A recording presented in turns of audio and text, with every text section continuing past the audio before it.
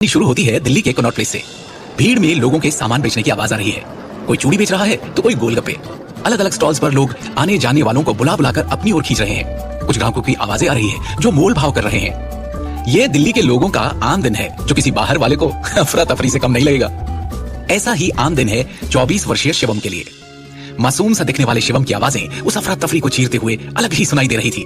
जैसे एक कशिश थी उसकी आवाज में। एक फूड ट्रक जिस पर लिखा है मृणाल के छोले कुलचे, उसके सामने खड़ा शिवम आवाजें लगा रहा है और लोगों को बुला रहा है। दिल्ली के कनॉट प्लेस आए और मृणाल के छोले कुलचे न खाए तो जी क्या दिल्ली आए और क्यों ही दिल्ली आए। उसकी आवाज लोगों का ध्यान खींच तो रही है। कुछ उसके ट्रक तक आकर रेट्स पढ़कर लौट रहे हैं तो कुछ सिर्फ एक प्लेट लेकर उसमें से पूरे परिवार का स्वाद निपटा रहे हैं। खैर, मायूस सा शिवम आवाजें लगाते हुए कब दोपहर से शाम कर बैठा उसे पता ही नहीं चला। एक और दिन निकल गया और आज भी गले में कुछ कम ही कमाई चमक रही है। पैसों को गिनकर अपनी जेब में डालते हुए उसने अपने साथ काम करने वाले अमन पाजी को ट्रक बनकर आगे बढ़ाने को कहा। आज घर में शादी है तो थोड़ा जल्दी जाना है। पाजी ने हाँ में सर हिलाया और जब तक वो बाकी सामान पैक करने में जुट गए शिवम फोल्डिंग कुर्सियां उठाने लगा। अपनी धुन में मगन वो कुर्सियां बटोर ही रहा है कि उसे कुछ आभास हुआ। थोड़ा सकपका कर डरते हुए जैसे ही उसने नजर उठाकर सामने देखा तो दूर खड़े दो आदमी उसे दिखाई दिए जो उसे ही घूरे जा रहे हैं। सूट बूट से लेस वो दोनों एक टक उसे ही देखे जा रहे हैं। शिवम ने नजर घुमाकर इधर उधर देखा और वापस उन दोनों की तरफ देखा। उसके चेहरे से साफ था कि उसे समझ आ गया है आखिर मामला है क्या। पहले तो वो थोड़ा हड़बड़ाया और फिर जल्दी जल्दी में कुर्सियां ट्रक के अंदर पटक कर चाबी पाजी की तरफ फेंक कर फुर्ती में वहां से निकल गया। पहले तो तेजी से चलने लगा लेकिन फिर जैसे ही उसने नजर घुमाकर देखा तो उसके होश उड़ गए। वो दोनों उसका पीछा कर रहे हैं। उसकी सांसें बढ़ गई और अब उसकी रफ्तार में और तेजी आने लगी। चलते हुए एक गली में मुड़ा, फिर दूसरी और तीसरी। चलते हुए उसने वापस पलट कर देखा इस उम्मीद में कि शायद वो जा चुके होंगे, लेकिन एक पत्थर उसके पैर में ऐसा फंसा कि वो डगमगा गया और मुंह के बल गिर पड़ा। बेतहाशा हालत में उसने उठने के लिए अपना हाथ जमीन पर कसा और जैसे ही उठकर खड़ा हुआ कि सामने से तेज रोशनी ने उसकी आंखें चकाचौंध कर दी। रोशनी से चुंधियाई हुई आंखों को बचाते हुए हाथ को हटाकर उसने सामने नजर मारी तो एक बड़ी सी बेंटले कार को खड़ा पाया और उसके पांव मानो जम से गए। उसके कानों के पास से बहती हुई सनसनाती हवा ने जैसे उसके रोम रोम को चौकन्ना कर दिया।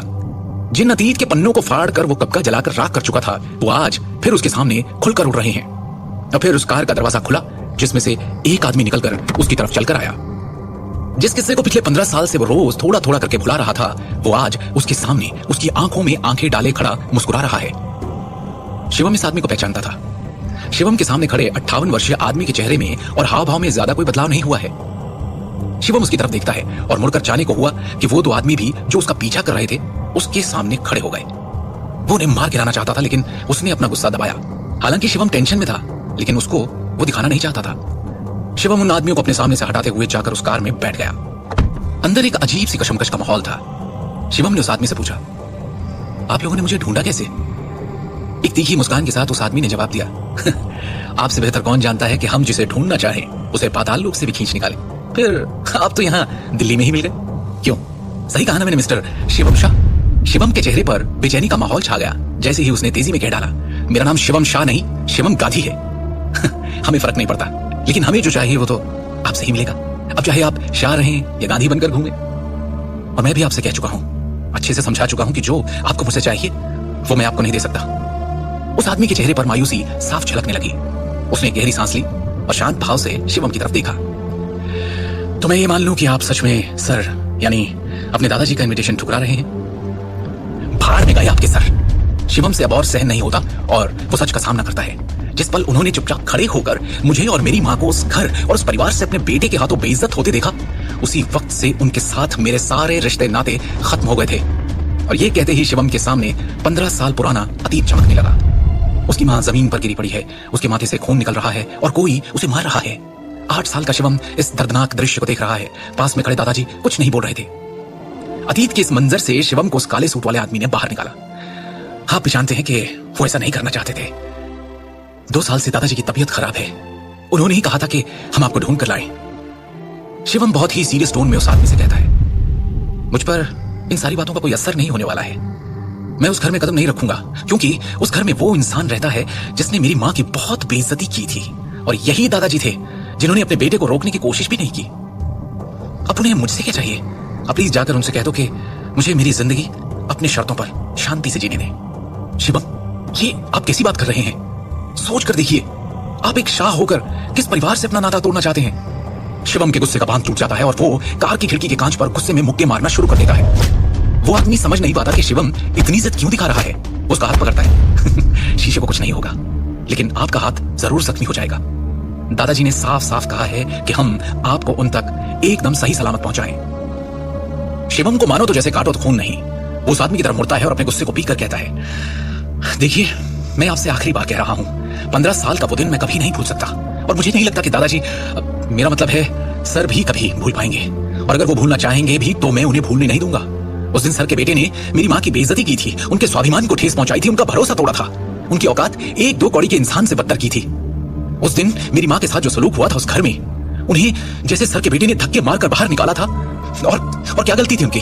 यही ना कि वो, कहते हुए शिवम अचानक से रुक गया। क्या हुआ था उस दिन? ऐसा क्या किया था शिवम की माँ ने जिसके कारण उन्हें शाह परिवार से उनके पति ने उन्हें धक्के मारकर बाहर निकाल दिया था? और फिर आज अचानक शिवम को लेने क्यों आए? शिवम उस दिन के ख्यालों में खोया ही था कि वो आदमी बोल पड़ा। इसका मतलब है आपको उन फटीचर नारंग के यहाँ एक गरीबी वाली और जिल्लत भरी जिंदगी जीना मंजूर है, लेकिन शाह फैमिली में लौटना मंजूर नहीं। शिवम को जैसे नारंग फैमिली के उल्लेख पर कोई फर्क ही नहीं पड़ा और वो तपाक से बोल पड़ा, शाह परिवार को सिर्फ पैसा, दौलत और शोहरत से मतलब है। क्या तुम्हारे भी भेजे में ये नहीं घुस रहा कि ये बात पैसे और रुतबे की नहीं, इज्जत और स्वाभिमान की है? जिस घर में वो इंसान रहता हो जिसने मेरी माँ की इज्जत नहीं की, मैं उस घर में कदम नहीं रखूंगा। जाकर बोल दो अपने सर से। गुस्से में उसने दरवाजा पीटना शुरू कर दिया और कहा, दरवाजा खुलवाइए और मुझे जाने दीजिए। ये कहते हुए शिवम मुड़ता है और कार के दरवाजे को एक जोर का धक्का देता है, जिससे दरवाजा एकदम से खुल जाता है और वो हड़बड़ाता हुआ बाहर की तरफ जमीन पर जा गिरता है। गाड़ी रफ्तार में चल रही थी। शिवम रोड पर गुलाटियां खाते हुए पीछे की तरफ गिरते हुए पहुंचता है, लेकिन बेंटले के पीछे से अटका हुआ एक ट्रक शिवम की ओर तेजी से बढ़ रहा था। तभी ये देखते हुए काले सूट वाला आदमी अपनी जेब से एक रिवॉल्वर निकालता है और उस ट्रक के टायर पर गोली चला देता है। गोली लगने के इंपैक्ट से ट्रक अपना बैलेंस लूज कर सड़क के साइड पेमेंट पर चढ़ जाता है। शिवम की जान बच जाती है, लेकिन इससे पहले कि वो आदमी शिवम को वापस जबरदस्ती अंदर बिठाए, वो जैसे तैसे उठता है और बेतहाशा भागना शुरू कर देता है। शिवम के चेहरे पर सालों का दबा हुआ गुस्सा साफ झलक रहा था। उसके दिमाग में हजारों ख्याल एक तूफान की तरह चल रहे थे। शिवम के कानों में उसके पिता की आवाज गूंजने लगती है, तुमने जो किया है उसकी भरपाई अब नहीं हो सकती। तुमने शाह परिवार के रुतबे पर कई सवाल खड़े कर दिए हैं। जो हरकत तुमने की है उसकी सिर्फ एक ही सजा है, तुम्हें ये घर छोड़ना होगा। एक 24 साल के लड़के ने अपनी पत्नी और शिवम की मां से कहा। जवाब में शिवम की मां ने भी कहा, चलिए तो मैं जाऊंगी, लेकिन सारा सच अभी भी ढका हुआ है। हिम्मत है तो पूरा सच बताओ। ये कहते ही उस लड़के ने उस लड़की को एक जोरदार थप्पड़ रसीद कर दिया, जिसकी मार से वो नीचे गिर पड़ी और उसके माथे से खून निकलने लगा था। शिवम अपने ख्यालों से बाहर आता है जब पास से गुजरती हुई एक कार की तेज रोशनी उसके चेहरे पर पड़ती है। वो पीछे मुड़कर देखता है और चौंक जाता है कि वो कार अब भी उसका पीछा कर रही है। शिवम ने वापस चलना शुरू किया और एक ही ख्याल उसके अंदर बार बार कौंध रहा है कि चाहे जो हो जाए, जिस दलदल से उसे सालों पहले बाहर निकालकर फेंका जा चुका था, उसी कीचड़ में अब वो वापस नहीं लौट सकता। और लौटे भी क्यों? क्योंकि वो जिस कारण से शिवम को वापस अपने पास बुलाना चाहते हैं, वो उसके दिमाग में दूर दूर तक नहीं है। उसके दिमाग में तो कुछ और ही है जो वो वापस जाकर पूरा नहीं कर सकता। अचानक उसके चेहरे पर दर्द और बेबसी के भाव उजागर हो चले, जैसे कि उसके पीछे वो कार नहीं बल्कि एक भयानक और दिल दहला देने वाली याद थी, जिससे वो जितना हो सके दूर जाना चाहता था। एक कड़वी सी मुस्कुराहट उसके चेहरे को छूकर निकल जाती है और वो घृणा से कहता है, शाह फैमिली। मालूम तो था उसे कि ये लोग उसे एक ना एक दिन ढूंढ ही निकालेंगे, लेकिन इतनी जल्दी? ये उसने सपने में भी नहीं सोचा था। उसी कड़वे सपने से दूर जाते हुए वो इधर उधर देखने लगता है कि कोई टैक्सी या कैब मिले और वो उसमें बैठकर इन लोगों से दूर, बहुत दूर निकल जाए। जाने कितने ही ऑटो टैक्सी रोकने की कोशिश की, लेकिन इस वक्त रोहिणी तक का सफर कहां मिलता उसे इतनी आसानी से। अपनी हर कोशिश में असफल हो उसने अचानक मुड़कर देखा और ये क्या, वो कार अब भी उसके पीछे है। शिवम अचानक रुक जाता है और गुस्से में उस कार को देखने लगता है। शिवम के सब्र का बांध अब टूटने को था। जो करने से वो अपने आप को रोक रहा था, उसके लिए उसके हाथ मचल रहे थे। वो खुद को समझा ही रहा था कि वो गाड़ी स्टार्ट हुई और तेजी से उसके सामने आ रुकी। शिवम उनके सामने डटकर खड़ा रहा, लेकिन उन आदमियों ने जबरदस्ती पकड़कर उसे कार के अंदर घसीटा, दरवाजा बंद किया और तेजी से कार वहां से निकल गई। अब क्या करेगा शिवम? क्यों बैठा है कार के अंदर? कौन है ये लोग?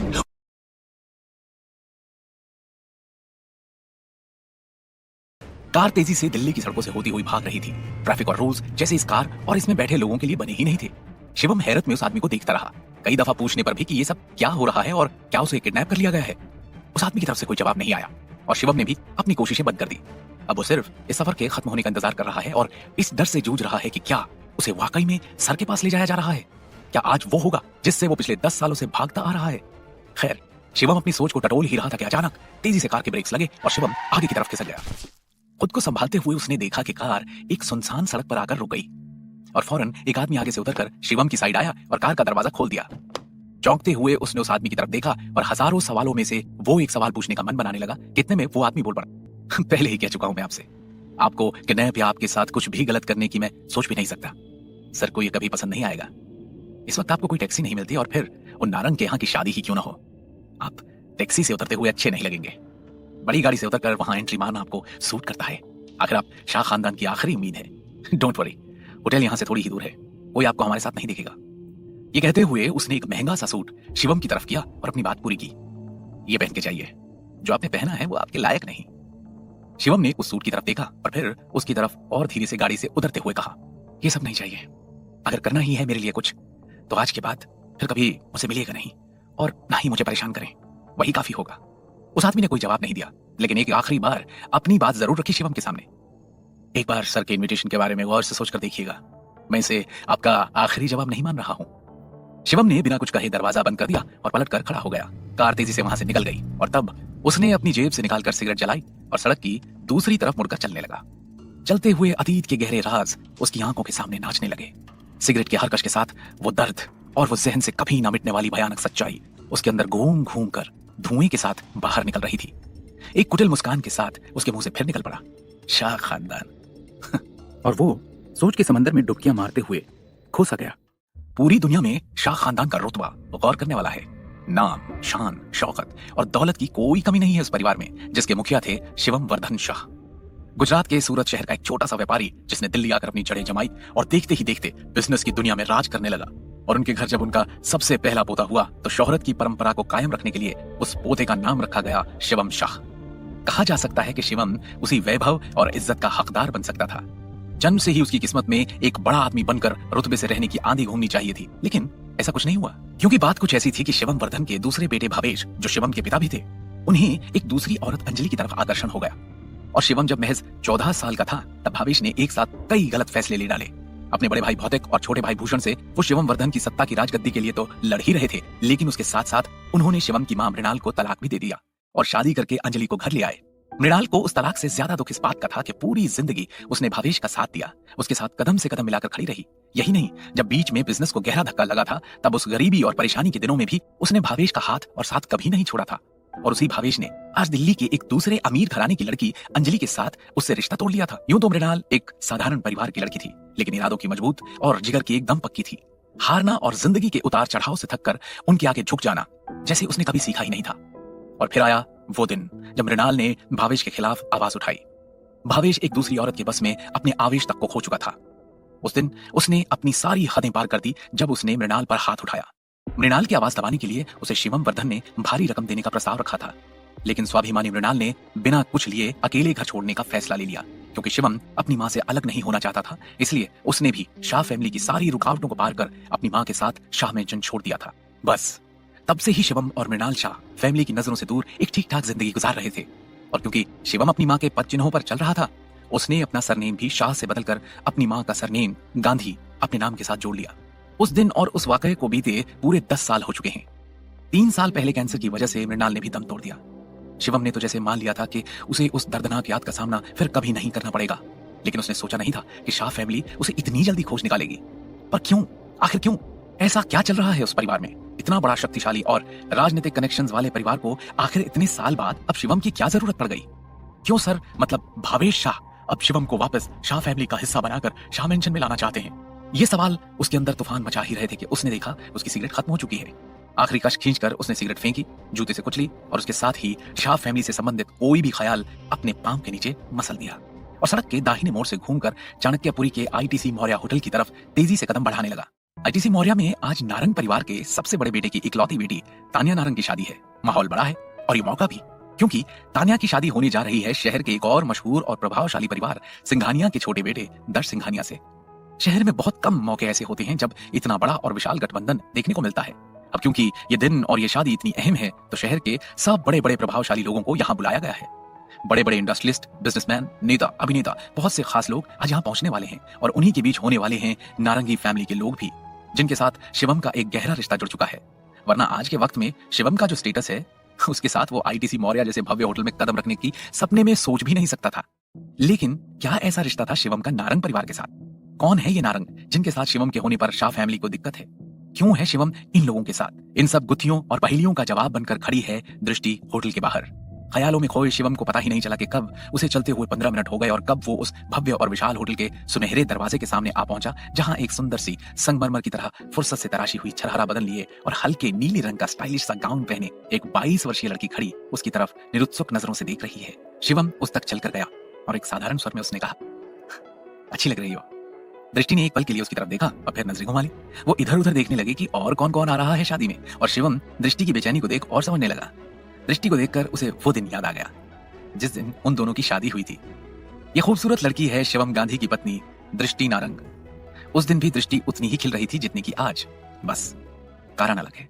करीब 2 साल पहले शिवम की शादी दृष्टि से हुई थी और वो नारंग फैमिली का हिस्सा बना, और इस शादी का पूरा दारोमदार था नारंग ग्रुप ऑफ ज्वेलर्स की नींव रखने वाले और दृष्टि के दादाजी भवानी नारंग के ऊपर, जिनके कहने पर ही ये शादी करवाई गई थी।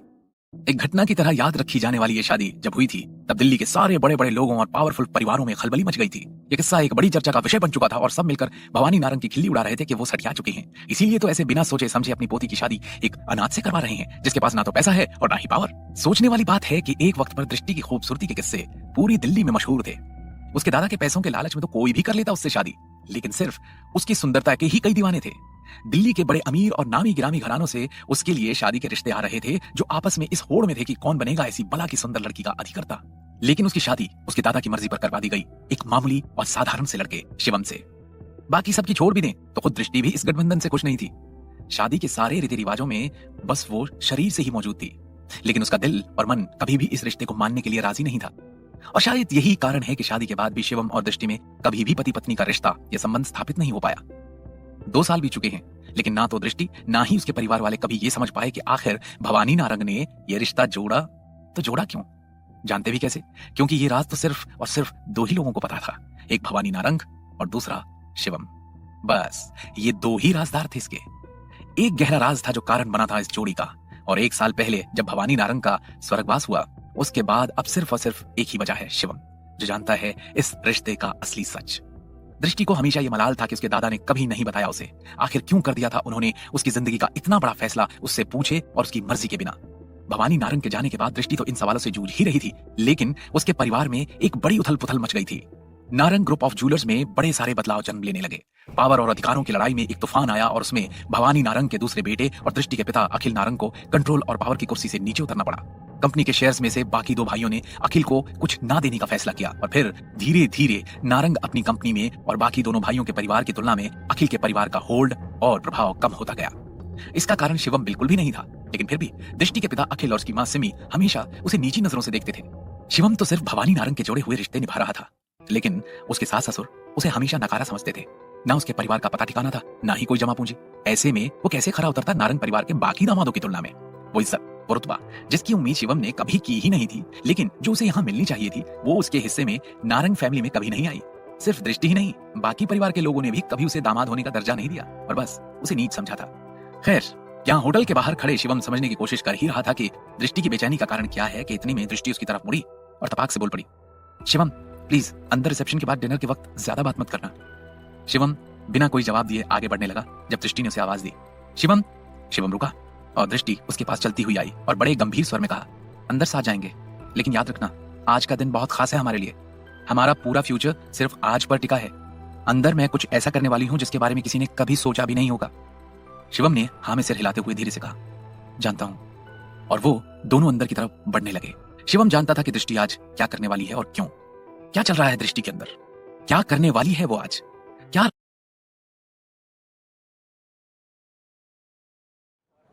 5 स्टार होटल आईटीसी मौर्य आज होटल नहीं राजमहल सा दिख रहा था। ऐसी आलीशान सजावट इस शहर के लोगों को कम ही देखने को मिलती है।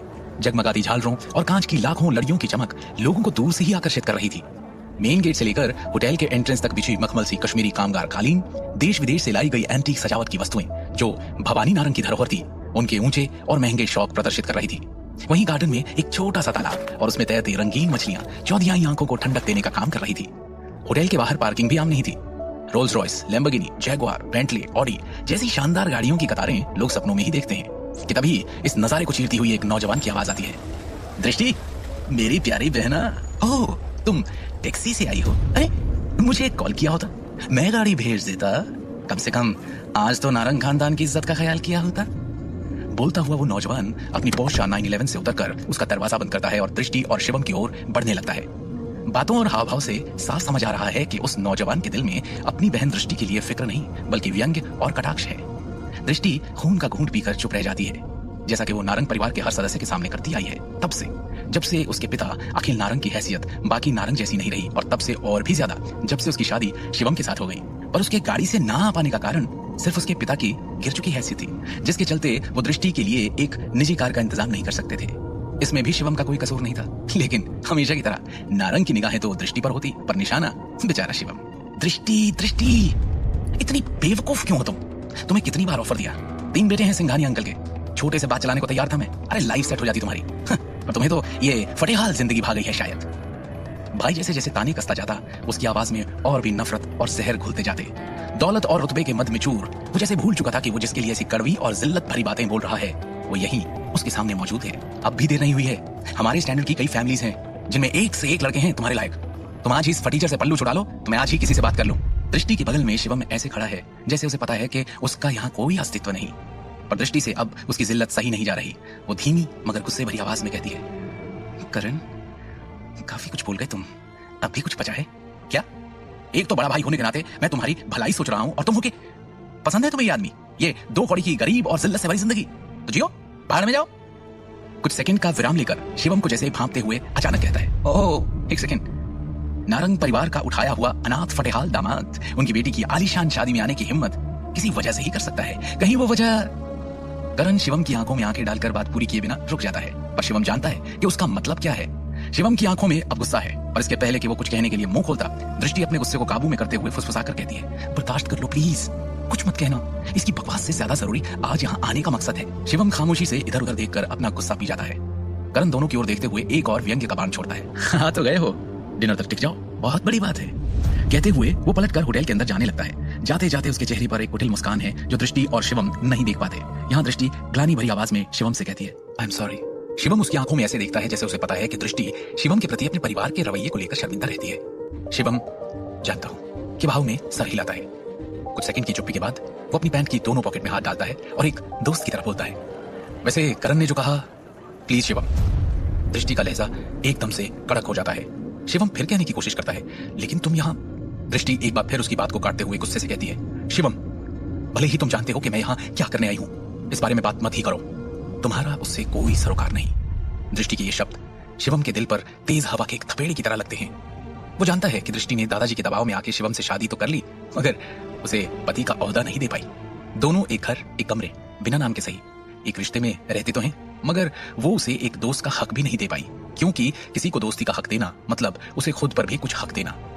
जो स्वाभिमानी और खुददार दृष्टि को गवारा नहीं है, वो तो अपने पापा के हक के लिए लड़ रही है। अचानक से आंखें बड़ी बड़ी करके उसकी तरफ देखते हुए अपना हाथ पॉकेट से निकालकर हवा में ऐसे खड़ी करता है जैसे दृष्टि के सामने उसने हथियार डाल दिए हों। जरा मजाकिया लहजे में बोल पड़ता है, गलती हो गई लेडी भीम, अब अंदर चलें। दृष्टि जरा झेंप जाती है। एक लंबी सांस के साथ अपने गुस्से और उलझनों को बाहर छोड़कर धीरे से हाँ में सर हिलाकर होटल के एंट्रेंस द्वार की ओर कदम बढ़ाती है। शिवम उसके पीछे चलने लगता है। उसकी मुस्कान अचानक फिर खो गई है और वो खो गया है अपनी जिंदगी के 2 साल पहले के उस पल में, जब भवानी नारंग अपनी लाडली पोती दृष्टि का हाथ उसके हाथों में देने का प्रस्ताव लेकर खुद शिवम के पास आए थे। दुनिया वाले और उनके परिवार वाले जो आज तक भवानी नारंग के इस फैसले पर हैरान हैं और उनके जाने के बाद भी इसी फैसले के लिए उनका मजाक उड़ाते हैं और शिवम को अनाथ, गरीब, नकारा और न जाने क्या क्या कहकर जलील करते हैं, ये नहीं जानते कि भवानी नारंग की नजर पार की थी और फैसला एकदम सटीक। उन्होंने दृष्टि की शादी जिससे करवाई है वो पूरी तरह से उसके लायक है, क्योंकि वो ये राज जानते थे कि शिवम कोई मामूली लड़का नहीं, शिवम शाह है, दुनिया के मशहूर इंडस्ट्रियलिस्ट शिवम वर्धन शाह का पोता, शाह खानदान का, उनके बिजनेस का वारिस। दुनिया से अपनी पहचान छुपाते शिवम ये राज आज राज ना होता अगर भवानी नारंग बिना किसी को ये बात बताए अचानक गुजर न गए होते। पर शिवम के लिए ये ठीक भी हुआ, क्योंकि वो तो बस सही वक्त का इंतजार कर रहा है। तभी तेज रोशनी से शिवम की आंखें चौंधिया जाती है। वो सामने देखता है, तब उसे एहसास होता है कि वो और दृष्टि होटल के अंदर आ चुके हैं। हॉल की ऊंची छतों से लटकते कांच के बड़े बड़े झूमर, जमीन पर बिछी मखमली कालीन, जगह जगह पर रखे भव्य पानी के फवारे, इंपोर्टेड फूलों के तो जैसे छोटे छोटे बगीचे अंदर ही बना रखे थे। खाने पीने की ऐसी चीजें, सजावट की ऐसी वस्तुएं आम लोगों ने शायद फिल्मों में ही देखी होंगी। इन सब पर 4 चांद लगा रहे थे पार्टी में मौजूद देश विदेश से आए वीआईपी मेहमान, नामी गिरामी लोग, बड़े इंडस्ट्रियलिस्ट, पॉलिटिशियंस, फिल्म स्टार्स आदि एक साथ नारंग जैसे लोगों की महफिल में ही देखने को मिल सकते हैं।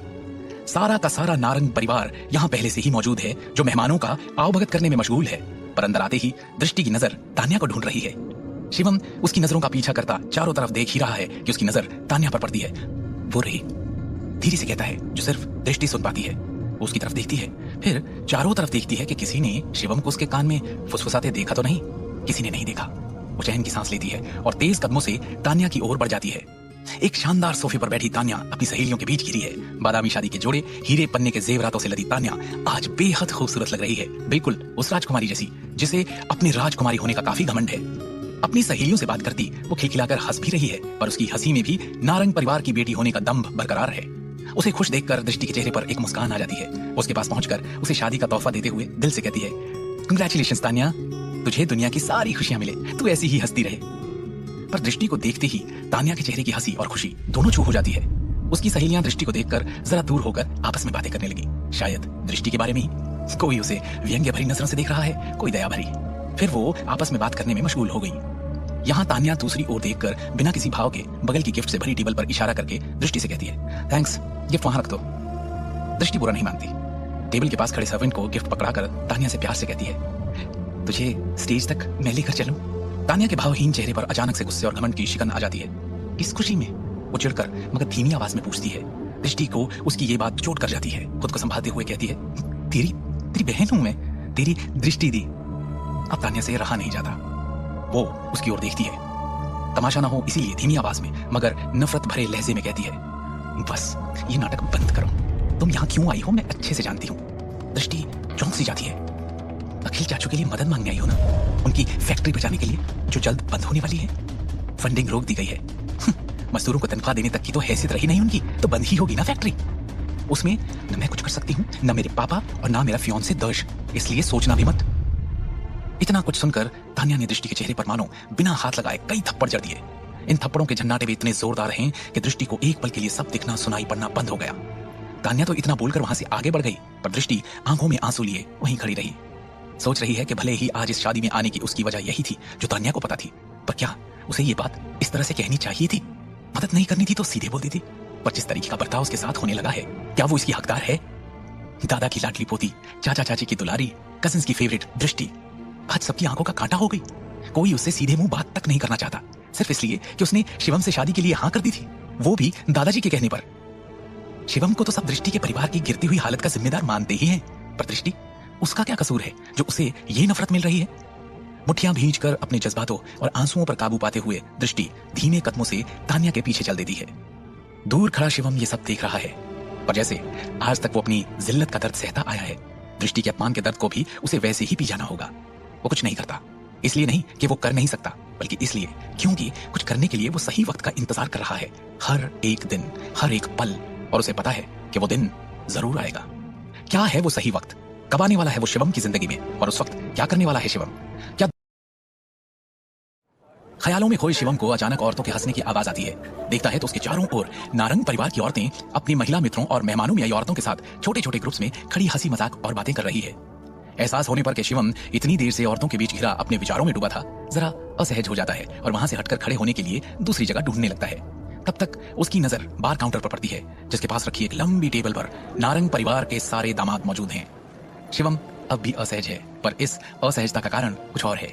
महंगे ब्रांडेड सूट बूट पहने, इंपोर्टेड वाइन, शैंपेन आदि के ग्लास हाथों में लिए चीयर्स करते हुए ये दामाद ऊंचे घरानों के हैं, बड़े बिजनेस और कंपनीज के मालिक, समाज में अपना नाम और रुतबा रखने वाले इन दामादों के सामने शिवम का कोई वजूद नहीं। उसके कपड़ों से ज्यादा चमक तो उनके जूतों की थी। दूर से ही दिखने वाले इस फर्क को और अपनी सोच को झटकता हुआ शिवम उस टेबल की ओर बढ़ने लगा और दामादों के बीच रखी एक खाली कुर्सी पर बैठ गया। सभी दामाद आपस में हंसी मजाक बातचीत कर रहे थे, एक दूसरे से बिजनेस कार्ड्स का आदान प्रदान कर रहे थे, टोस्ट कर रहे थे।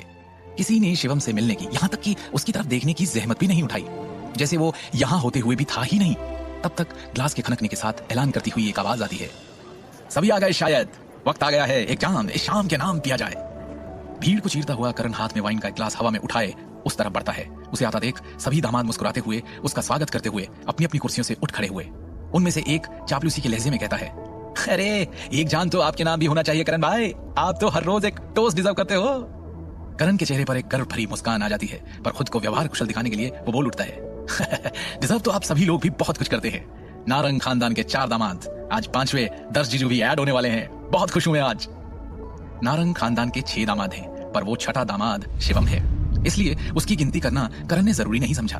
पर शिवम की तो ऐसी बेइज्जतियों की आदत सी हो चुकी है, इसलिए वो शांत बैठा रहा। करण नारंग परिवार के तीसरे भाई अजीत नारंग का बेटा है, इसलिए उनके बिजनेस की तीसरी शाखा उसी के नाम है। पर उसकी दौलत, शोहरत और पावर घर के चारों दामादों को मिलाकर भी सबसे ज्यादा है। तीसरा और छोटा भाई होने के बावजूद भी अजीत के बिजनेस में पोजीशन और स्टेटस सबसे बड़े भाई अमिताभ के बराबर है। पिता का खानदानी बिजनेस में वर्चस्व और खुद की ऊंची हैसियत करण के सर पर भूत की तरह सवार है, इसलिए वो खुद को शहर का और परिवार का राजकुमार मान बैठा है। इसलिए वहां मौजूद सारे मेहमानों का उसके टोस्ट पर खड़े हो जाना और शिवम का बैठे रहना उसे पसंद नहीं आया। क्या हुआ शिवम, मेरे टोस्ट पर सब खड़े हो गए पर तुम नहीं, क्या मतलब समझू मैं इसका? क्या तुम मुझे इस काबिल नहीं समझते? करण ने भरी भीड़ में शब्दों का चयन तो सोच समझ कर किया, लेकिन शिवम को घूरती उसकी आंखों में जो गुस्सा था वो सबने पढ़ लिया, शिवम ने भी। करण ने अब जरा ऊंची आवाज में कहा, मैंने तुम्हें ड्रिंक्स इसलिए ऑफर की ताकि तुम्हें अकेले कोने में बैठे अपनी 2 कौड़ी की औकात का एहसास न होता रहे।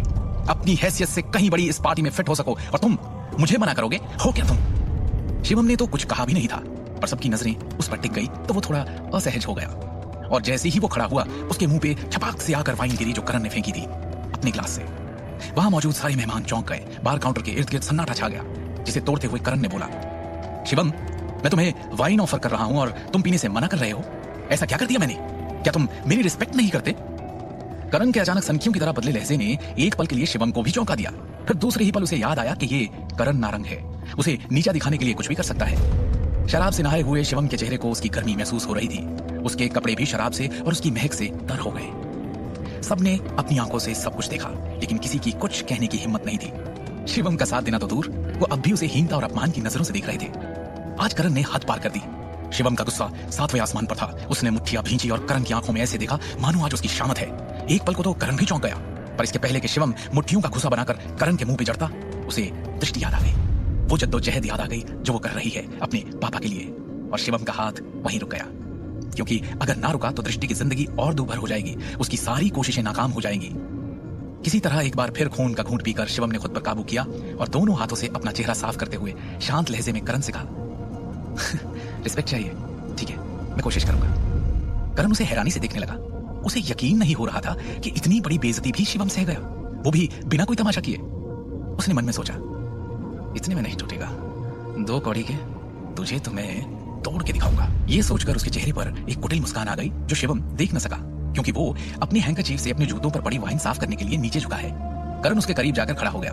जैसे ही शिवम जूते साफ करके वापस खड़ा हुआ, उसका सर हल्का सा करण से टकराया और करण लड़खड़ाता हुआ पास की एक टेबल से ऐसे टकराया जैसे शिवम ने उसे धक्का मारा। टेबल से लड़के जमीन पर गिरते वक्त उसने जानबूझकर मेजपोश को भींच लिया।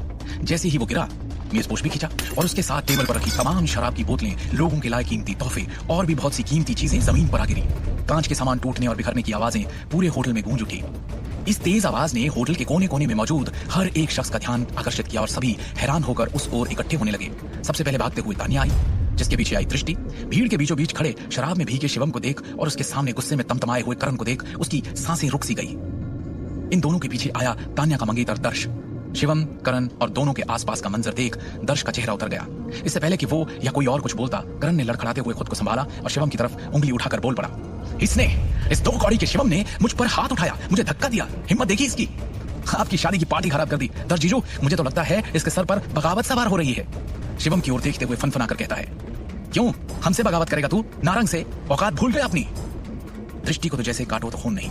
दर्श शिवम की ओर बढ़ता है, अपने गुस्से को काबू करते हुए उससे पूछता है, शिवम, ये सब क्या है? सबकी नजरें शिवम पर है, जो उसे असहज कर रही हैं। फिर भी वो हिम्मत रखते हुए पूरी सच्चाई और ईमानदारी से अपनी सफाई में कहता है, मैंने कुछ नहीं किया, करण अपने आप गिरा था, मैंने तो उसे उंगली तक नहीं लगाई। तो करण ऐसा क्यों कह रहा है कि तुमने उसे मारा? क्या वो झूठ बोल रहा है? दर्श ने शिवम के मुंह से सच सुनने की उम्मीद में गंभीरता से पूछा। मेरी बात पर यकीन नहीं तो इन सबसे पूछ लो दर्श, इन सबने देखा यहाँ जो भी हुआ, मैंने कुछ नहीं किया। शिवम ने बिना हिचकिचाए दर्श से कहा। तब तक करण बीच में शिवम पर इल्जाम लगाता फिर बोल पड़ा, अगर ये मेरी बहन और आपकी शादी की पार्टी ना होती दर्श जीजू, तो आई स्वेयर आज मैं से कहीं का ना छोड़ता, हाथ पैर तोड़ देता इसके। दर्श ने करण की पूरी बात सुनी और फिर नारंग के बाकी दामादों की ओर मुड़कर उनसे शांति से पूछा, मेरी समझ में कुछ नहीं आ रहा है, प्लीज आप लोग बताइए एग्जैक्टली हुआ क्या था। करण ने कुछ सेकंड्स के लिए चालाकी से सभी दामादों से नजर मिलाई और वो समझ गए कि क्या कहना है। जैसे ही करण ने कहा, मुझे तो लगता है शिवम ने फ्री की ड्रिंक्स देखकर कुछ ज्यादा ही पी ली, हाँ खुद भी पी और कपड़ों को भी पिलाई। एक दामाद बोल पड़ा। दूसरे ने कहा, देखिए ना, इसके पूरे बदन से शराब की महक आ रही है, अरे इतनी पीना क्यों कि होश खो दो। तभी तो ऐसे ही उठकर आया और करण भाई पर हाथ उठा दिया। बाकियों ने भी गंभीरता के साथ हाँ में हाँ मिलाई। हाँ हाँ, हमने भी देखा, शिवम ही आया था करण भाई से पंगा लेने। शिवम हतप्रभ सा खड़ा उनकी ओर देख रहा है। उसे यकीन ही नहीं हो रहा कि उसके साथ खड़े लोग इतना बड़ा खेल खेल गए। फिर उसे ख्याल आया कि क्यों नहीं खेलेंगे, वो तो करण के ही मोहरे हैं। करण इस खानदान का सबसे मजबूत खिलाड़ी जो है, उसके खिलाफ जाना मतलब सब कुछ दांव पे लगाना, वो भी मुझ जैसे के लिए जिससे उन्हें कुछ नहीं मिलने वाला। ये सोच उसके चेहरे पर एक मुस्कान आ गई। इसके बाद उसने होंठ से लेना ही बेहतर समझा। कुछ पलों के सन्नाटे के बाद मेहमानों ने बड़ी बेरहमी से अपने व्यंग्य के तीर शिवम पर छोड़ने शुरू किए। कैसा इंसान है ये, हाउ लो क्लास। अरे मेरी तो समझ में नहीं आ रहा ये पार्टी में आया कैसे, नारंग ने आने कैसे दिया।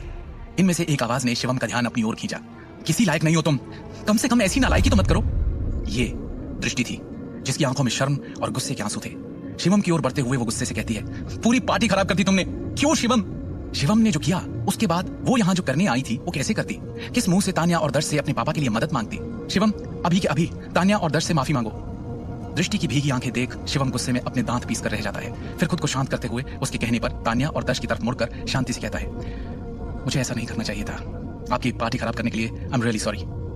ये सुनकर करण की हंसी छूट जाती है, पर वो उसे दबाते हुए सोचता है, मैंने कहा था ना टिक नहीं सकता तू इस पार्टी में, मैं टिकने दे कैसे सकता हूँ, लेकिन भगाने के पहले ये खेल खेलना भी जरूरी था, वरना मेरा टाइम पास कैसे होता। यहाँ तान्या शिवम के पास आती है और कहती है, एक तो तुमने इतना बड़ा तमाशा किया, ऊपर से मेरे भाई को फंसाने की कोशिश भी की। तुम्हारी इन्हीं सभी हरकतों की वजह से मैं तुम्हारी इज्जत नहीं करती। तान्या गुस्से में थी, पर दर्श शर्मिंदा ज्यादा था। मेरे दूर दूर से आए इज्जतदार गेस्ट की तुमने रिस्पेक्ट नहीं रखी, उनके लायक कीमती तोहफे तोड़ दिए। तुम्हारी इस गलती के लिए मैं माफी तो नहीं दे सकता, मैं इस बर्बादी के तुमसे पैसे भी नहीं लूंगा। तुम बस यहाँ से चले जाओ और प्लीज दोबारा मेरी आंखों के सामने मत आना। इतना कहकर दर्श दूसरी ओर देखते हुए शिवम के जाने का इंतजार करने लगा। शिवम ने उसकी ओर देखा, फिर उससे बिना कुछ कहे पलटकर चुपचाप बाहर निकलने के लिए दरवाजे की ओर कदम बढ़ा दिए। जैसे ही वो जाने के लिए पलटा, तान्या ने तेज आवाज में दृष्टि से कहा, दृष्टि तुम अपने पापा की फैक्ट्री बचाने के लिए मेरी मदद चाहती हो ना, तो इस बेकार आदमी को जल्द से जल्द तलाक दो। मैं इसकी शक्ल तक नहीं देखना चाहती, इसे तलाक दोगी तभी मैं तुम्हारी मदद करूंगी। ये सुनकर शिवम के कदम एक पल के लिए रुक गए, पर उसने ना पलटकर ना देखना ही बेहतर समझा और तेजी से होटल के बाहर निकल गया। बाहर निकलकर उसने एक सिगरेट जलाई और सोच में डूब गया कि दृष्टि क्या फैसला लेगी। घर चलें? आवाज सुन शिवम ने चौंक कर पीछे देखा तो दृष्टि खड़ी थी। आंसुओं में उसका काजल फैल गया था, पर उसे वहां देख शिवम को एक सुकून सा मिला। चलते हैं, पर पापा के लिए अब दूसरा रास्ता क्या निकालोगी? दृष्टि ने फिर नाराज होकर कहा, तलाक तो हमारा एक ना एक दिन होना ही है, पर ऐसे किसी दूसरे के कहने पर नहीं, जब मैं चाहूंगी तब। 2 सेकंड की चुप्पी के बाद वो कहती है, पापा के लिए दूसरा रास्ता निकालते हैं, इनसे बात नहीं करनी अब। तुम्हारी बेइज्जती मतलब मेरी बेइज्जती है, तो हम एक ही। दृष्टि के आखिरी 4 शब्दों ने शिवम का दिल छू लिया। कुछ कदम शांति से चलने के बाद दृष्टि ने अपने आंसू पोंछते हुए धीरे से कहा, मैंने अंदर तुम्हें जो भी कहा उसके लिए आई एम सॉरी। कुछ समझ नहीं आया, ठंडे दिमाग से सोचा तो लगा कि तुम करण पर बिना वजह हाथ क्यों उठाओगे, और तुम तो पीते भी नहीं। शिवम के कदम वहीं रुक गए। उसने दृष्टि की आंखों में देखकर उससे पूछा, भरोसा है मुझ पर? दृष्टि ने तुरंत कहा, हाँ है। Thank you. इतना कहकर शिवम ने मन में ठान ली कि वो दृष्टि के इस भरोसे को कभी टूटने नहीं देगा। क्या ये एक नए रिश्ते की शुरुआत है? क्या दृष्टि शिवम को तलाक देने का अपना फैसला बदलेगी? छतरपुर जिले में बसा ये घर आज से करीब 10 साल पहले बना था। तब से न कभी मरम्मत हुई न रंग रोगन, इसलिए इतना पुराना और जर्जर सा दिखता है। घर को देखे तो नहीं कह पाएंगे कि दिल्ली और उसके आसपास बसे नारंग ग्रुप ऑफ ज्वेलर्स के परिवार में से कोई यहाँ रहते हैं, लेकिन यहाँ रहते हैं भवानी नारंग के मंझले बेटे अखिल, उनकी पत्नी सिमी, बेटी दृष्टि और दामाद शिवम। शिवम और दृष्टि अभी अभी तान्या की शादी से घर लौटे हैं और उनके अंदर आते ही अखिल और सिमी गंभीरता से उन दोनों को देखते हुए सोफे पर बैठ गए। सिमी शिवम को तिरस्कृत नजरों से देखते हुए बोल पड़ी, हाँ किस मुंह से वापस आए हो तुम घर पर शिवम? पता चला हमें आज वहां शादी में क्या हुआ। पता नहीं वो कौन सी मनूस खड़ी थी जब ये दुर्भागी हमारे घर आया। आज फिर हमारे किए कराए पर पानी फेर दिया तूने। ये कहते हुए सिमी ने अपने पैर पटके और उठ खड़ी हुई, लेकिन इससे पहले कि वो कुछ और कहे, दृष्टि आगे बढ़कर कहने लगी, बस करो मां, इसे डांटना बंद करो। वहां शादी में जो कुछ भी हुआ उसमें शिवम की कोई गलती नहीं थी, और तान्या और उसके पति दर्श की वैसे भी हमारी मदद करने की कोई मंशा नहीं थी। उसकी बात सुनते ही सिमी का खून खौल गया और वो उस पर बरस पड़ी। बेवकूफ लड़की, तो अभी भी इसी की तरफदारी कर रही है? क्या कुछ नहीं सहा तूने इसकी वजह से? इसी की वजह से आज तू ऐसी बेकार जिंदगी जी रही है। काश तूने किसी अमीर खानदान में शादी की होती। और दृष्टि जैसे करारा जवाब दांतों तले दबाए बैठी थी। मुझे तो ये समझ नहीं आता मां कि आप हमेशा दूसरों पर निर्भर क्यों रहती हो? कभी खुद पर भरोसा करना भी तो सीखो। खुद पर भरोसा? ठीक है, ये भी सही है, मान लेती हूँ तेरी बात, सही है। बाहर वाले तो सुनाते ही हैं, अब तू भी शुरू हो जा। ये कहते हुए सिमी ने दृष्टि को एक कड़वी सी मुस्कुराहट दी और नजरें घुमाते हुए अखिल की तरफ गुस्से से देखा। अखिल अभी भी सोफे पर ही शांति से बैठा हुआ है। सिमी को घूरते हुए देख उसने धीरे से खुद से कहा, लगता है अब मेरी बारी है। और इतने में सिमी अखिल से बोल पड़ी, मेरी बेटी दिन रात इतनी मेहनत करती है, हर दिन जूझ रही है, पर तुम्हारा क्या? तुमने कुछ किया है उसके लिए आज तक?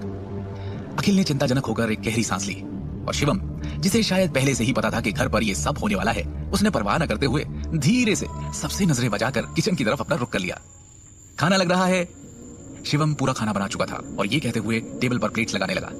सारा परिवार खाने की टेबल पर पहुंच तो गया, लेकिन सब एकदम चुप है। शिवम, तान्या ने आज जो कुछ भी कहा वो तुम्हें पता तो चल ही गया होगा। ये कहते हुए सिमी ने शिवम की तरफ गंभीरता से देखा। माँ, ये कहते हुए दृष्टि ने अपनी चम्मच प्लेट में पटकी और चिल्ला पड़ी, मैं किसी के दबाव में आकर शिवम को तलाक नहीं दूंगी। सिमी ने दृष्टि को घूरते हुए कहा, क्या? अब ये मत कहना कि तू इसे अब भी पसंद करती है। तुझे सच में अपने पापा की फैक्ट्री की हालत दिखाई नहीं दे रही? कितने सारे वर्कर्स की तो पता नहीं कितने महीनों की तनख्वाह देना बाकी है। अब तो बस खुद को दिवालिया घोषित करना बाकी रह गया है। ऐसे ही चलता रहा तो वो दिन दूर नहीं जब हम सब सड़क पर कटोरा पकड़े नजर आएंगे। और तुझे क्या लगता है शिवम भरी महफिल में तान्या और उसके पति को नीचा दिखाकर आएगा, करण पे हाथ उठाएगा और वो बदला नहीं लेंगे? अभी भी कह रही हूं, मान जा, इससे तलाक लेना ही इस वक्त हम सबके लिए अच्छा है। दृष्टि दांतों तले जीभ दबाए बैठी रही और कुछ नहीं बोली। अपनी बेटी को ऐसे देख सिमी कठोर स्वर में बोली, क्यों अखिल, तुम ऐसे ही मुंह में दही जमाए रहोगे? तुम्हें नहीं समझा अपनी बेटी को कुछ? अखिल के चेहरे पर मजबूरी साफ थी और इसलिए वो चुपचाप बैठे रहे। अपना खाना खत्म करके शिवम ने अपने बर्तन धोए और चलते हुए अपने कमरे में आ पहुंचा और फिर वो अपने बेड पर पांव मोड़कर एक आराम करते हुए अजगर की तरह बैठ गया। ध्यान या मेडिटेशन करने की महारत उसने पिछले कुछ सालों में ही पाई थी। बाहर की मलिन दुनिया में जो भी चले, यही बस एक वक्त होता है उसके मन को शांत करने का, क्योंकि इस वक्त उसका दिल जरा भी नहीं डगमगाता। शिवम के लिए मेडिटेशन उसके शरीर के अंदर दिन भर में जमा हुई गंदगी बाहर निकालने का एक जरिया है। जैसे पानी में धूल, वैसे ही इस नश्वर दुनिया के मामले अंततः नीचे बैठ ही जाएंगे। और तभी शिवम ने आगे हाथ बढ़ाया और बेड के साइड में रखा एक काला पत्थर उठाया। उसे मुट्ठी में बंद कर जैसे ही उसने हाथ को हल्के से घुमाया, वो पत्थर राख बन उसकी उंगलियों के बीच में सरक गया। शिवम की आंखों में उत्साह भर गया और उसने खुद से कहा, भस्म शक्ति ने अपना रूप ले लिया है। उसके गुरु ने भी तो यही कहा था कि वो तक्षक महल का वंशज तभी माना जाएगा जब वो अपनी अंदरूनी शक्तियों को जगा लेगा, और तब उसकी तलाश शुरू होगी ढूंढने के लिए रायजादा परिवार के लोगों को, जिनसे वो अपने गुरु के निशानी के तौर पर दिए जेड पत्थर की मदद से मिल पाएगा। वही वो पल होगा जब शिवम अपनी जिंदगी को बदल पाएगा। सिर्फ इतना ही नहीं, इसके साथ ही शिवम के हाथ वो सब भी लगेगा जो आम इंसान की पहुंच में नहीं, जैसे कि पौराणिक औषधियां, धन और उसके पूर्वज। यही तो होता है इस विद्या में। इसमें किसी के वैभव और उसकी शक्ति की कोई सीमा नहीं है। हालांकि एक इंसान का सामना उसके पूर्वजों से और इस सदियों पुरानी विद्या के महारथियों से तभी होता है जब वो अपने अंदर की शक्तियों पर जीत हासिल कर लेता है, उन्हें जगा लेता है। तब कहीं जाकर वो उस ऊर्जा को पहचान पाता है जो उसे एक आम आदमी की जिंदगी से बहुत ऊपर ले जाने वाली है, शक्तियों की दुनिया में। तक्षक महल के सदस्यों को शक्तियों की इस जागीर के साथ एक बहुत ही महत्वपूर्ण चेतावनी भी दी जाती है। चारों तरफ से दुश्मनों की नजर उन पर है और इसी कारण से वो कभी भी तक्षक महल से अपने संबंध को लोगों के सामने उजागर नहीं कर सकते, वरना उनकी जिंदगी पर ऐसा खतरा खड़ा होगा जो किसी ने सोचा भी नहीं होगा। अपने गुरु का निशानी के तौर पर दिया हरा पत्थर अपने हाथों में घुमाते हुए शिवम ने सोचा, मेरी आंतरिक शक्तियां पूरी तरह से जागृत हो चुकी हैं। अब वक्त आ चुका है मामले को अपने हाथ में लेने का, एक्शन में आने का। उसकी आंखों में उत्साह की चमक साफ झलक रही है। आखिर क्या है ये तक्षक महल और उसके सदस्यों की कहानी? शिवम को कैसे पता चला कि वो भी तक्षक महल का सदस्य है? शिवम ने अपनी शक्तियों को जागृत कर लिया है और अब अपने गुरु के बताए रास्ते पर चलने वाला है। उसकी तलाश शुरू होने वाली है उस रायजादा परिवार के सदस्यों की जो दिल्ली में है। कौन है ये रायजादा परिवार और क्या है उसकी कहानी? इन सारे सवालों के जवाब इस वक्त सिर्फ और सिर्फ शिवम के पास है। अगले दिन शिवम ने अपने ही ख्यालों में खोए हुए छतरपुर से दिल्ली की सरहद में कदम रखा ही था कि आज फिर उस काली बेंटली कार ने उसका रास्ता रोक लिया। शिवम जैसे अब इसका आदी हो चुका था। उसने बिना कोई प्रतिक्रिया दिए अपना रास्ता मोड़ा और आगे बढ़ने को ही हुआ कि उस आवाज ने जैसे उसके कदम रोक लिए। या तुम शाह फैमिली और उसके मामलों के बारे में तभी बात करोगे जब मैं यहाँ खुद तुमसे मिलने आऊंगा। शिवम ने वापस पलट कर देखा कि गहरे नीले रंग के सूट में एक अधेड़ उम्र का आदमी कार से बाहर निकला और उसने शिवम को उदासीन भाव से देखा। मध्यम आयु वर्ग का वो आदमी अपने चेहरे पर कोणीय विशेषताओं के साथ लंबा और सीधा खड़ा था। जोश से भरी आंखों के साथ वो एक गरिमापूर्ण और भव्य उपस्थिति के साथ शिवम को देखता रहा। उसके चेहरे की रूपरेखा को देखते हुए कहा जा सकता है कि वो व्यक्ति दिखने में शिवम से काफी मिलता जुलता लग रहा था। मैंने कभी नहीं सोचा था कि आप यहाँ खुद आकर मुझसे मिलने के बारे में सोचेंगे। आना तो बहुत दूर की बात है, शिवम ने ठंडी मुस्कान के साथ कहा। पिछली बार 10 साल पहले शिवम ने इस आदमी को देखा था जो और कोई नहीं बल्कि उसका पिता भावेश शाह है, जिसे शिवम पहचान कर भी नहीं पहचानना चाहता था। मुझसे न मिलने का तुम्हारा कारण मैं समझता हूँ, लेकिन क्या तुम अपने दादाजी को एक बार देखना नहीं चाहोगे? उनसे मिलना नहीं चाहते? भावेश ने पूछा। शिवम ने इन शब्दों की अपेक्षा कभी नहीं की थी। वो एक पल के लिए चुप रहा। पूरे शाह परिवार में उसके दादाजी ही तो एक ऐसे थे जिन्होंने हमेशा उसे अपनापन दिया। पूरे शाह परिवार में सिर्फ अपने दादाजी शिवम वर्धन शाह, जिनके नाम पर ही शिवम का नाम रखा गया था, उनका ही एक चेहरा उसे स्पष्ट रूप से याद था। शिवम को सोचते हुए देख भावेश ने कहा, इस बारे में बात करने के लिए ये जगह सही नहीं, चलो कहीं और बैठकर आराम से बात करते हैं। ये कहते ही उसने कार के दरवाजे की तरफ इशारा किया और शिवम उसे देखता हुआ खड़ा रहा। बस कुछ ही देर बाद शिवम और भावेश दोनों शांग्रीला एरोस होटल में बैठे थे। बड़े से कॉन्फ्रेंस रूम में वो दोनों बस अकेले ही मौजूद थे और एक लंबी सी टेबल के दोनों तरफ आमने सामने बैठे वो एक दूसरे को देख रहे हैं। तुम्हारे दादाजी पिछले 2 साल से बिस्तर पर हैं, बहुत बीमार हैं। अपने बिगड़ते स्वास्थ्य के बावजूद वो बस एक ही जिद लेकर बैठ गए हैं कि केवल एक बार फिर तुमसे मिलना चाहते हैं। वो बस चाहते हैं कि तुम वापस आ जाओ। भावेश ने एकदम धीमी आवाज में कहा, तुम्हारे चाचा की भी शादी हो चुकी है, लेकिन तुम्हारे ताऊजी और चाचा जी के यहाँ केवल 2 बेटियां हैं। इस पीढ़ी में सिर्फ तुम ही बचे हो अब, जिसमें शाह खानदान का खून है, शाह खानदान का इकलौता दावेदार। शिवम ने खुद को नीचा दिखाने के लिए बुदबुदाया, तो आप चाहते हैं कि मैं परिवार की विरासत के लिए आपकी सौदेबाजी का हथियार बन जाऊं? तुम सच में भोले हो, भावेश ने ठंडे स्वर में कहा। हमारे परिवार का जो व्यापार है उसकी अनगिनत शाखाओं के अलावा हमारे शाह परिवार का दिल्ली और उसके आसपास के इलाकों में बड़ा पारिवारिक व्यवसाय है। परिवार के नियमों के अनुसार अगर परिवार के मुखिया की मृत्यु हो जाती है और तीसरी पीढ़ी को संभालने वाला कोई नहीं है, तो परिवार के मुखिया को दूसरे परिवार से बदल दिया जाएगा और उसी समय से शाह परिवार पर हमारी शाखा का शासन नहीं होगा। और इससे मुझे क्या लेना देना? शिवम ने शांति से पूछा। तुम्हारे दादाजी के बीमार पड़ने के बाद से ही पिछले कुछ वर्षों में तुम्हारे चाचा और ताऊजी पहले से ही परिवार की विरासत और सत्ता की हकदारी के लिए लड़ने की तैयारी में जुट चुके हैं, जिससे परिवार के भीतर एक जबरदस्ती का हंगामा हो रहा है। क्या तुम बस ऐसे ही हाथ पे हाथ रखकर बैठे रहोगे और कुछ नहीं करोगे, जब वहां तुम्हारे दादाजी के देखते देखते उनका बनाया हुआ साम्राज्य धूल में उड़ने वाला है? भावेश ने निराशा भरी नजरों से पूछा। शिवम थोड़ा झुंझलाया और उसने उपहास भरी मुस्कान से भावेश की तरफ देखा। आखिरकार वो अपने पिता भावेश के वास्तविक स्वरूप को भली भांति जानता था। सत्ता के लिए वो दूसरों की भावनाओं की परवाह किए बिना वो सब कर सकते थे जो करना पड़े और जरूरी बन जाए। अगर उसके दादाजी को गंभीर बीमारी ना हुई होती तो शाह परिवार में भावेश की स्थिति कभी हिलती ही नहीं। और तो और दिल्ली के शाह परिवार का दूसरा उत्तराधिकारी होते हुए वो अपनी स्थिति को कैसे कम कर सकता है और शिवम से मिलने के लिए छतरपुर आ सकता है? शिवम, तुम खुद ही सोचकर देखो कि क्या तुम वाकई में इस छोटे से नारंग परिवार में रहना चाहते हो और जिंदगी भर इस तरह अपमानित होना चाहते हो? भावेश ने शिवम से कहा। इस बात से एक चीज तो साफ थी कि भावेश ने न सिर्फ शिवम का ठिकाना पता लगाया था, बल्कि उसके बारे में पूरी जांच पड़ताल भी करवा ली थी। कल नारंग परिवार की शादी के दौरान तुम्हें इतना बड़ा अपमान सहना पड़ा, लेकिन तुम में प्रतिरोध लेने की ताकत नहीं है। भावेश ने कहा, क्या तुम उनसे बदला लेने की शक्ति नहीं चाहते? क्या तुम नहीं चाहते कि तुम्हें वो रुतबा, वो शोहरत, वो ताकत मिल जाए कि तुम जब चाहो तब पूरे नारंग परिवार को अपने सामने पैरों पर घुटने टेकने के लिए मजबूर कर दो? भावेश के ये कहते ही शिवम ने उसकी तरफ देखा और फिर एक गहरी सोच में डूब गया। आखिर क्या चल रहा है शिवम के अंदर? क्या वो आखिरकार भावेश का प्रस्ताव स्वीकार कर लेगा और शाम? भावेश ने अपने चालाक स्वभाव का इस्तेमाल कर शिवम से अनुनय किया, लेकिन इसके बावजूद भी शिवम ने सिर्फ अपना सिर हिलाया और कुछ नहीं कहा। भावेश ने अब शिवम की दुखती रग समझकर नारंग के नाम पर और दबाव देते हुए ठंडे स्वर में कहा, तुम अभी बहुत छोटे हो शिवम। क्रोध के क्षण के कारण अपने जीवन भर के धन और वैभव को मत खोना। तुम अभी भी युवा हो और तुमने कभी सच्ची शक्तियों का स्वाद नहीं चखा है। नारंग परिवार को अपने सामने घुटने टेकने के लिए मजबूर करने के बाद ही तुम वास्तव में इसकी खुशी को समझोगे। मुझे पता है कि तुम मुझसे अपने दिल की गहराई से नफरत करते हो। तुम चाहो तो जीवन भर मुझसे नफरत कर सकते हो और मुझे अपने पिता के रूप में स्वीकार नहीं करना चाहते हो तो वो भी मत करो। भावेश ने गंभीरता से कहा, केवल एक चीज है जो तुम्हें करने की जरूरत है, वो है शाह परिवार में वापस आना और अपने दादा को पहचानना। फिर तुम शाह परिवार से वो लेने में सक्षम हो जाओगे जो तुम चाहते हो और उस शक्ति के साथ तुम जो चाहो वो कर सकते हो। दिखने में इतनी सिंपल सी शर्त है, पर ये एक बहुत बड़ा मौका है जो तुम्हारे लिए शोहरत और ऊंचाइयों के सारे रास्ते खोल देगा। क्या तुम अब भी इसे स्वीकार करने को तैयार नहीं हो?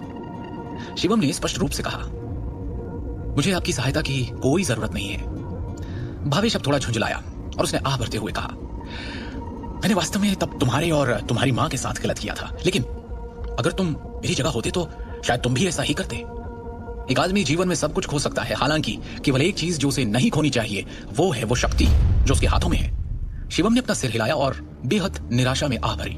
पूरे 1 दशक के बाद भी भावेश को अभी भी उसने उसके और उसकी मां के साथ जो किया उसके लिए किसी प्रकार का पछतावा या अपराध बोध महसूस नहीं हो रहा था। इस समय वो वास्तव में अपने निर्णय को सही मानता था।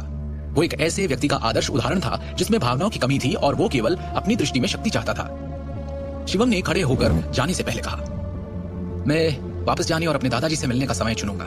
हालांकि शाह परिवार के मामले का मुझसे कोई लेना देना नहीं है। तुम, भावेश ने शिवम को तीखी निगाहों से देखा, ठीक है तुम जा सकते हो। मैंने तुम्हें पहले ही शर्तें बता दी है और तुम्हारे जवाब का इंतजार रहेगा। मुझे पता नहीं क्यों ये यकीन है कि तुम अंत में अपना विचार बदल दोगे, भावेश ने शांत आत्मविश्वास से कहा। शिवम की वर्तमान स्थिति को अच्छी तरह से समझते हुए उसे विश्वास था कि वो इस तरह के एक मोहक प्रस्ताव को अस्वीकार कर ही नहीं पाएगा। एक हारा हुआ व्यक्ति जो पिछले 2 साल से घर जमाई था, वो अपनी विकट स्थिति से बाहर निकलने और यहाँ तक कि एक ही बार में कामयाबी की चरम सीमा तक पहुंचने के इस सुनहरे अवसर को कैसे ठुकरा सकता है? जीवन में श्रेष्ठ कौन नहीं बनना चाहेगा? हाँ, आपने जो कहना है या करना है वो कीजिए। शिवम ने एक बार भी भावेश की तरफ पलटकर देखे बिना आत्मविश्वास से होटल छोड़ने से पहले उपहास भरे स्वर में कहा और वहां से निकल गया। नोएडा सिटी, पूर्वी जिला, रायजादा ग्रुप बिल्डिंग। शहर के केंद्र में स्थित ये इमारत 40 मंजिल लंबी और भव्य थी। रायजादा ग्रुप की बिल्डिंग शहर के सबसे समृद्ध जिले में निर्मित पूरे दिल्ली और उसके आसपास के इलाकों के बीच मील के पत्थर के रूप में खड़ी थी। जब से रायजादा परिवार कुछ साल पहले यहाँ दिल्ली शहर में आया है, इसने पूरे पूर्वी प्रांत में एक बड़ी सनसनी पैदा कर दी है। आखिरकार दिल्ली का रायजादा ग्रुप पूरे देश में शीर्ष कुलीन परिवार के रूप में खड़ा था। इमारत के प्रवेश द्वार पर पहुंचकर शिवम गेस्ट हॉल में चलने के लिए आगे बढ़ा। सर, क्या मैं पूछ सकती हूँ आप किसे ढूंढ रहे हैं? रिसेप्शनिस्ट ने विनम्रता से पूछा। मैं आपके डायरेक्टर नितिन रायजादा से मिलने आया हूँ, शिवम ने शांति से कहा। आप डायरेक्टर रायजादा से मिलने आए हैं? क्या आपके पास अपॉइंटमेंट है? उस रिसेप्शनिस्ट ने फिर पूछा। कैजुअल स्ट्रीट वियर टाइप के कपड़े पहने शिवम किसी ऐसे व्यक्ति की तरह नहीं दिख रहा था जिसके पास डायरेक्टर नितिन रायजादा जैसे बड़े आदमी से बात करने की योग्यता भी हो। मिलना तो दूर की बात थी। पूरे दिल्ली और उसके आसपास के इलाकों में रायजादा ग्रुप के प्रवक्ता के रूप में डायरेक्टर नितिन एक ऐसे व्यक्ति थे जिनके पास बड़ी मात्रा में धन था। पूरे शहर में बहुत ज्यादा लोग नहीं थे जो उनसे बात करने के योग्य थे। शिवम ने कहा, आप उन्हें सिर्फ मेरा एक मैसेज दे दीजिए और जैसा मैं कह रहा हूं बिल्कुल आप वैसा ही उनसे कहिए। उन्हें बताइए कि मैं चेतन आनंद रायजादा का दोस्त हूं। ठीक है, आप प्लीज कुछ देर वेट कीजिए। डायरेक्टर नितिन को कॉल करने से पहले वो रिसेप्शनिस्ट एक सेकंड के लिए झिझक गई, क्योंकि उसने रायजादा ग्रुप में चेतन आनंद रायजादा के बारे में कभी नहीं सुना था।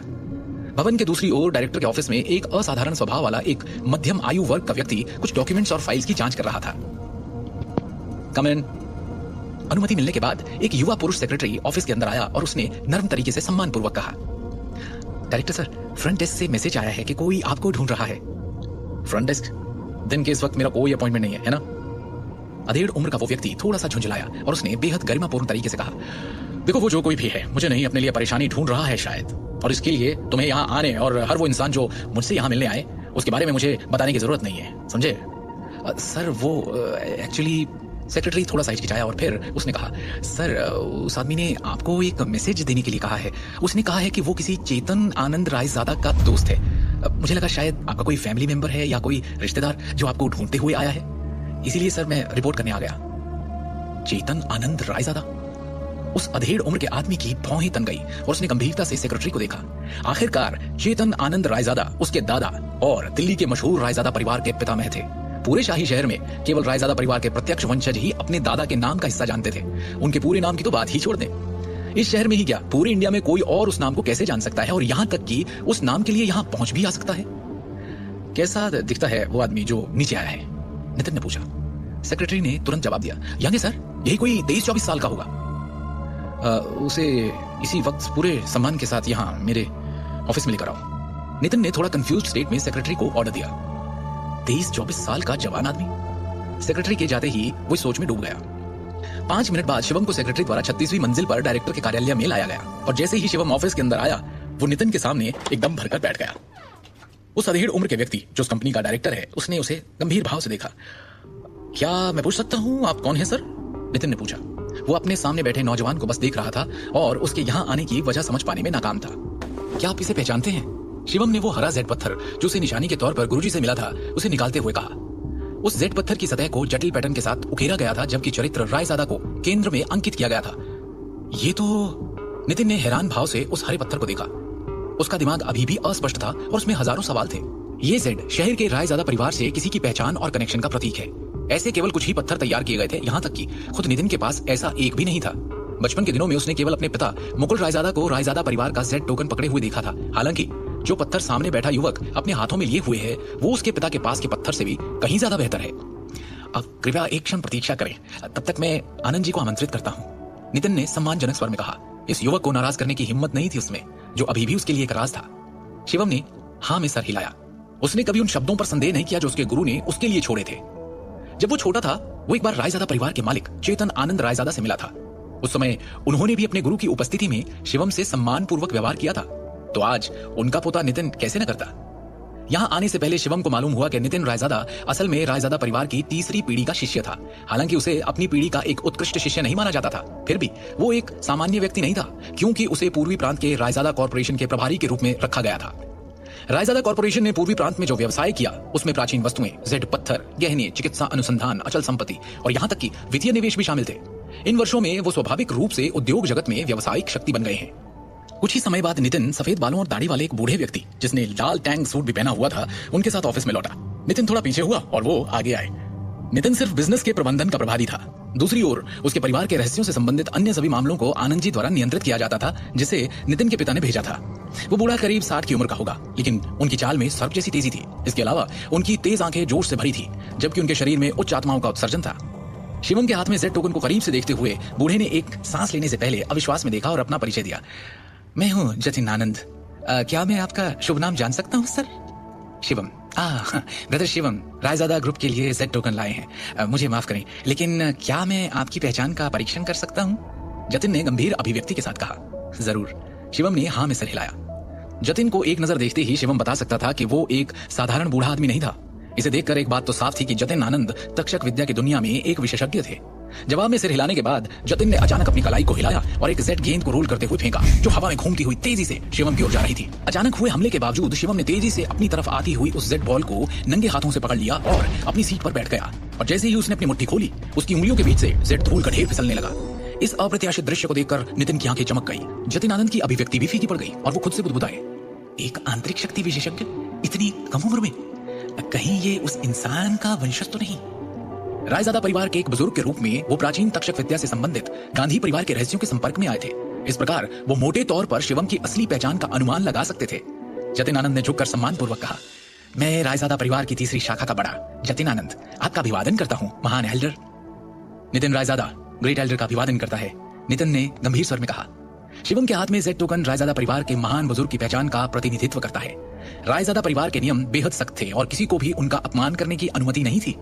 अपनी पहचान स्वीकार किए जाने के बाद शिवम ने थोड़ा सिर हिलाया। द ग्रेट एल्डर इस बार ईस्ट ब्रांच ग्रुप में आए हैं, क्या मैं आपके लिए कुछ कर सकता हूँ? जतिन ने गंभीरता से पूछा। और उनके इस सवाल पर शिवम के अंदर हजारों बातों का तूफान सा उठ पड़ा, जैसे कि वो जानता था कि उसे अब क्या मांगना है। क्या मांगेगा Shivam Raizada group of company से? क्या वो अपने कनेक्शन का इस्तेमाल करेगा या उसका इरादा कुछ और है? शिवम को पता है कि वो रायजादा ग्रुप के ऑफिस में क्यों आया है, उसे उनसे क्या मांगना है।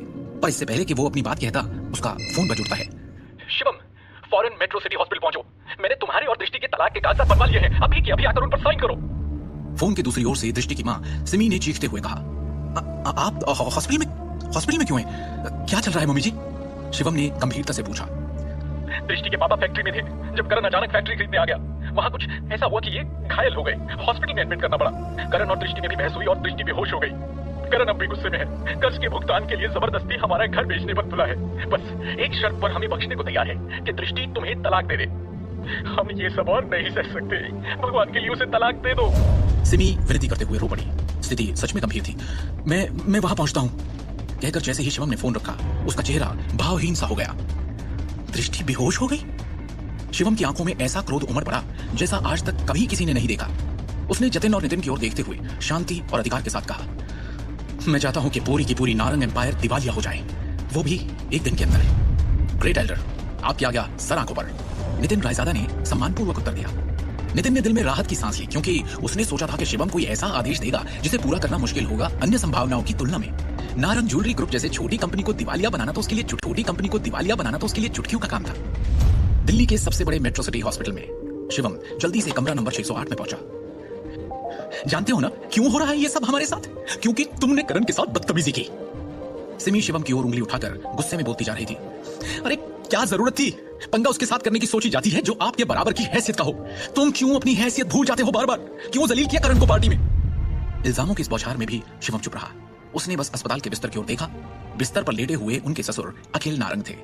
एक चिंतित भाव पहने हुए उसका पूरा चेहरा चोटों से भरा हुआ था, जबकि उसके हाथ धुंध में लिपटे हुए थे। दृष्टि बिस्तर के बगल में बैठी हुई थी और उसके चेहरे पर एक बेचैनी नजर आ रही थी। ऐसा लग रहा था मानो उसके शरीर से उसकी आत्मा को चूस लिया गया हो। पापा जी, आपको चोट कहां लगी? शिवम ने चिंतित स्वर में पूछा। घाव अंदरूनी है, घबराने की बात नहीं, अखिल ने दर्द भरी आवाज में कहा। शिवम की आंखों में अपने लिए चिंता देखकर दृष्टि बोल पड़ी। मैं ठीक हूं, पापा की मजदूरों से बहस हो गई, उन्हें पीटा गया। ये तो अच्छा हुआ किसी तरह उन्होंने अपना बचाव कर लिया। हालांकि शिवम का दिल गुस्से से भर गया था। उसने ये पूछने से पहले खुद को शांत किया, फैक्ट्री में एग्जैक्टली हुआ क्या था? दृष्टि इस बारे में बात नहीं करना चाहती थी। उसने बस एक भारी सांस भरी। आज अखिल कुछ मामले निपटाने फैक्ट्री गए। पता नहीं करण को फैक्ट्री के लेनदारों के अधिकार कैसे मिले, या फिर वो कब कैसे सबसे बड़ा लेनदार बन गया। वो मजदूरों को फैक्ट्री की सारी मशीन तोड़ने फोड़ने के लिए उकसाने लगा। अखिल उनसे बात करने गए तो उन्होंने मिलकर इन्हें मारा। सिमी ने धीरे से कहा, मैंने और दृष्टि ने उसे समझाने की कोशिश की, पर वो हंसता रहा हम पर। फैक्ट्री की सारी मशीन उठवा ली उसने। फैक्ट्री खत्म हो गई, घर भी जल्दी ध्वस्त हो जाएगा। सिमी हालातों के कारण बौखला सी गई थी। चिल्लाकर कहती है, बहुत निर्दयी हैं वो लोग, और हम क्यों उनका निशाना बने? सिर्फ तुम्हारी वजह से शिवम, सिर्फ तुम्हारी वजह से।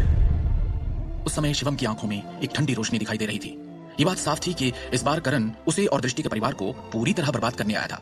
उसने न सिर्फ उनकी फैक्ट्री उजाड़ दी, बल्कि उस घर को भी सील कर दिया जिसमें वो रहते थे। घर और फैक्ट्री के लेनदार अब करण के हाथों में है। बोला उसने कि वो तुम दोनों का तलाक चाहता है। मैंने तो हाँ कर दी है। अब तुम में थोड़ी शर्म है तो साइन कर दो इन पेपर्स पर। सिमी ने निर्दयता से कहा, बस करो सिमी। बिस्तर पर लेटे हुए अखिल ने गहरी आवाज में कहा, हर बात का दोष शिवम को देना बंद कर दो। ये सब जिसके कारण हो रहा है वो मैं हूं जो अपना परिवार संभालने में सक्षम नहीं है। वो मेरे भाई का बेटा है जो हमें हंसी का पात्र बनाने के लिए हमें बर्बाद करने पर तुला है। अखिल ने धीमी आवाज में कहा, इस बार मैं अपनी बेटी की बात सुनूंगा। अगर सबसे खराब स्थिति आती है तो हम उसे घर और कारखाना दे देंगे और दिल्ली शहर से बाहर चले जाएंगे। कम से कम हमें उनके चेहरे तो नहीं देखने होंगे। ये सुन सिमी भी खामोशी में डूब गई। अरे वाह, पूरा परिवार एक साथ। शिवम, 2 कौड़ी के उठाए हुए दामाद, अपना चेहरा दिखाने की हिम्मत कर ली तूने, हाँ? अचानक कमरे के बाहर से हंसी की आवाज आई। करण यहाँ भी आ गया। एक जोड़ी धूप के चश्मे के साथ एक फैंसी सूट पहने उसके पीछे 2 अंगरक्षक थे। आपने मेरे सुझाव के बारे में क्या सोचा, पांचवी चाची, पांचवे अंकल? करण ने उन्हें और भड़काने के लिए उद्देश्यपूर्ण ढंग से अपने शब्दों को लंबा खींचा। देखो, मैं तो आपके परिवार पर दया दिखा रहा हूँ। इस बेकार भिखारी को देखो, फैक्ट्री में इतनी बड़ी घटना हो गई और ये गायब। अब क्या करने आया है यहाँ? करण ने रौब झाड़ने के अंदाज में कहा, अगर मैं आज आपके बचाव में नहीं दौड़ा होता तो वो वर्कर्स तो आपकी जान ही ले लेते, है कि नहीं? एक तो खुद तुमने ये सब करवाया और अब हीरो बनने आ गए हो। बंद करो ये ढोंग करण। करण की बातों से तंग आकर दृष्टि फट पड़ी। करण की चालाक अभिव्यक्ति उनमें से कोई बर्दाश्त नहीं कर पा रहा था। अरे यार, आप लोग दया के लायक हो ही नहीं। ऐसे लोगों को पता है क्या कहते हैं? थैंकलेस। करण ने आ भरते हुए कहा, मैं चाहता था कि अखिल अंकल के सारे कर्जे बाहर के बाहर निपट जाए। क्या यह तरीका सही नहीं था उन्हें सेव करने का? मेरी जगह कोई और होता तो शायद आज ये जिंदा भी नहीं होते। करण ने कोमल स्वर में कहा, मैं तो बस मदद करने की कोशिश कर रहा हूँ। दृष्टि, मेरी बहना, तुम ठिकाने की फिक्र मत करना। खन्ना एंड खन्ना ग्रुप का एक बेटा रजत मुझे जानता है, वो तुम्हारे बारे में काफी पूछता भी है। क्या पता ठिकाने के साथ साथ तुम्हें नया पति भी मिल जाए। मुंह बंद करो और दफा हो जाओ यहाँ से। करण, दृष्टि गुस्से में कांपती हुई चिल्लाई, मैं दफा हो जाऊं? फिर ये मत कहना अखिल अंकल कि मैंने आपके परिवार को एक मौका नहीं दिया। अरे आपको तो एहसान मानना चाहिए, पर आप मानते नहीं। इसलिए मैं कल ही लेनदारों के अधिकार जारी कर दूंगा। बर्बाद हो जाएंगे आप सब। लोन शार्क्स तब तक आपके पीछे रहेंगे जब तक आप जिंदा हैं। क्या आप बकवास कर रहे हो? फैक्ट्री, घर और गहने गिरवी रखवा कर हम अपने सारे कर्जे चुका सकते हैं। क्यों पीछे पड़ेंगे लेनदार हमारे? दृष्टि ने सवाल किया तो करण ने गर्व से भरी मुस्कान दिखाते हुए कहा, उस घटिया ज्वेलरी प्रोसेसिंग फैक्ट्री के सभी उपकरण टूट गए हैं। 1 कौड़ी की औकात नहीं, उसको गिरवी कहां रखोगी? इसके अलावा तुम लोगों को अभी भी साइट के किराए का हिसाब देना होगा। अगर इसे ठीक से नहीं सुलझाया तो अखिल अंकल पर धोखाधड़ी का आरोप भी लगाया जा सकता है, और हाँ, जेल भी हो सकती है। तुम? दृष्टि गुस्से में अपने होंठ काटते हुए ऐसे गर्जी मानो अभी करण का खून कर बैठेगी। बिजनेस की दुनिया का ये तो आम सा उसूल है, ताकतवर कमजोर पर तब तक वार करता है जब तक वो दम तोड़कर उसके रास्ते से न हट जाए। करण और उसके पिता अमिताभ नारंग इतनी ताकत रखते हैं कि उनके पास 1000 तरीके हैं अखिल नारंग का परिवार मिटाने के। दृष्टि के परिवार की शक्लें और उनकी ये हालत देखकर करण बेहद खुश था। अकड़ में कहता है, एक आखिरी बार सोच लो, क्या तुम लोग अब भी मेरे सामने गिड़गिड़ाकर भीख नहीं मांगना चाहोगे? बोल लिया जो बोलना था, अब निकलो यहां से। शिवम ने करण को भाव शून्यता से देखा। साले भिखारी, तू मुझे निकलने के लिए कह रहा है? करण के चेहरे के भाव एकदम से बदल गए और उसने शिवम को जहर और नफरत भरी निगाह से देखा। क्योंकि शिवम नारंग परिवार के लिए हमेशा से सभ्य, शांत और आज्ञाकारी रहा है, उनके सामने कभी सर उठाने की उसने हिम्मत भी नहीं की। आज पहली बार उसे आवाज उठाता देख दृष्टि हैरान हो जाती है। तेरी इतनी हिम्मत? करण चिल्लाया और अचानक गुस्से में आकर अपनी हथेली की मुट्ठी बनाकर शिवम के चेहरे की तरफ जैसे उड़ाई। ठाक की आवाज के साथ शिवम ने उसकी मुट्ठी एक झटके में अपनी हथेली से रोकी और बिना दया के एक झटके में उसे उल्टा घुमा दिया। करण दर्द में ऐसे बिलबिला उठा जैसे बलि के वक्त बकरा। उसके माथे से पसीने की एक बूंद टपकी और उसने शिवम की ओर ऐसे देखा जैसे उसे यकीन ही नहीं आ रहा हो कि ये शिवम ही है। वो अभी भी अपने हिलते हाथ से होने वाले अत्यधिक दर्द को महसूस कर सकता था। बेइज्जती, हैरानी और गुस्से के घूंट पीकर उसने जहर उगलते हुए कहा, तेरी ये मजाल, तूने मुझे हाथ लगाया, मुझे, करण नारंग को। शरीर की चोट से घायल और क्रोध की आग में बौखलाए हुए करण ने गरजते हुए चिल्लाकर कहा, अब तू देख तेरा वो हाल करूंगा कि तू रोता हुआ बिलखता हुआ भगवान से भीख मांगेगा कि तुझे उठा ले। उसने दृष्टि के परिवार की ओर देखकर कहा, और तुम लोगों को भी नहीं छोड़ूंगा मैं। इस परिवार की कहानी अब खत्म समझो, अब तुम में से कोई नहीं बच सकता। अभी उसके साथ जो हुआ, करण को अब भी उस पर यकीन नहीं हो रहा था। बौखलाया हुआ, हड़बड़ाता हुआ, उन्हें धमकी देकर वो वहां से तेज कदमों के साथ निकल गया। ये क्या कर दिया? किस पे हाथ उठा दिया? तुम्हें क्या लगता है ये कोई छोटी सी बात है? माफ कर देंगे वो लोग। अरे इसके बाद वो क्या करेंगे हमारे साथ, तुम सोच भी नहीं सकते। सिमी ने अत्यंत घबराकर डरे हुए लहजे में कहा, क्या जरूरत थी ये सब करने की? अब क्या होगा हमारा? कौन बचाएगा? बर्बाद कर देंगे ये लोग हमें। अंजाम सोचकर सिमी सहम सी गई। देख रहे हैं आप अखिल, अभी इसी का साथ दे रहे थे ना? देखो क्या कर दिया इसने। अब कुछ नहीं बोलोगे?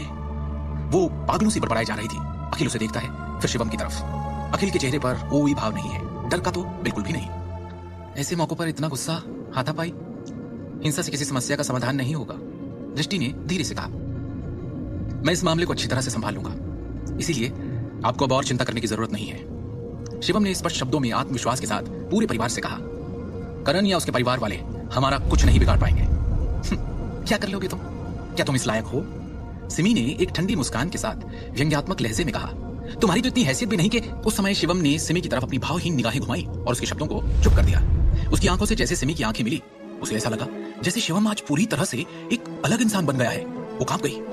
उसे डांटने के लिए जबान खोली थी, पर अब उसकी बोलती खुद ही बंद हो गई। शिवम ने दोबारा दृष्टि की ओर नम्रता के साथ देखा और प्यार से उसे आश्वस्त किया, फिक्र मत करो दृष्टि, अब कुछ बुरा नहीं होगा, मैं हूं ना तुम्हारे साथ। हालांकि दृष्टि को समझ नहीं आ रहा था कि क्या हो रहा है, फिर भी उसने अपने दिल में एक बड़ी गर्मजोशी महसूस की। शिवम ने धीरे से उससे पूछा, भरोसा है ना मुझ पर? इस सटीक क्षण में उसने पहली बार ऐसा महसूस किया कि वो उस पर भरोसा कर सकती है। हाँ है, उसने कहा और जवाब में सिर हिलाया। शिवम के करण पर हाथ उठाने का क्या अंजाम भुगतेगा दृष्टि का परिवार, या फिर शिवम सच में उन्हें बचा लेगा?